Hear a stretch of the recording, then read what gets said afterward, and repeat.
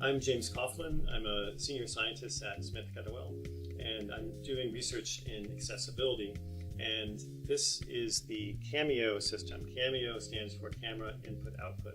And the idea of CamIO is to make three-dimensional objects more accessible to people who are blind or have low vision.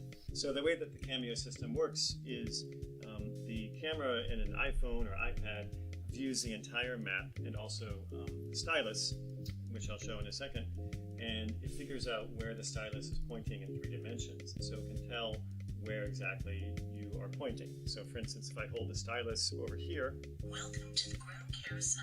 The ground carousel is flushed Ada's round table. And another feature, if I elevate the stylus above a zone, this is a zone, for instance, where features for toddlers are located. If I go in the zone area... Welcome to the match tot zone.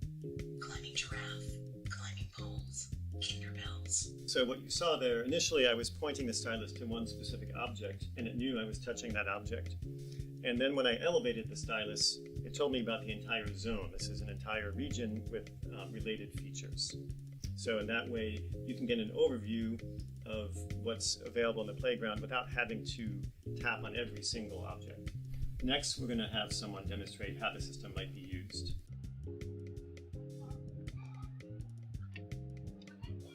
Nest spinner. The nest spinner is the slowest and most secure spinner at the playground, and perfect for those who are new to spinning.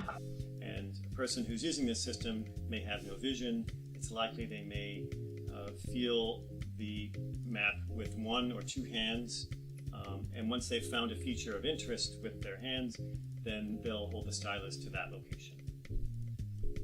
So one advantage of this system is that it works either with or without Braille.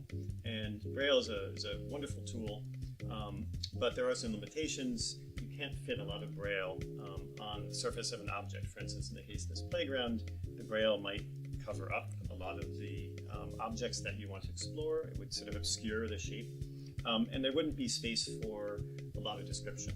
And the advantage of a system like CamIO is that you could have basically unlimited audio information. And that opens up the accessibility to people, whether or not they read Braille. So we think that this tool is very powerful in being very inclusive.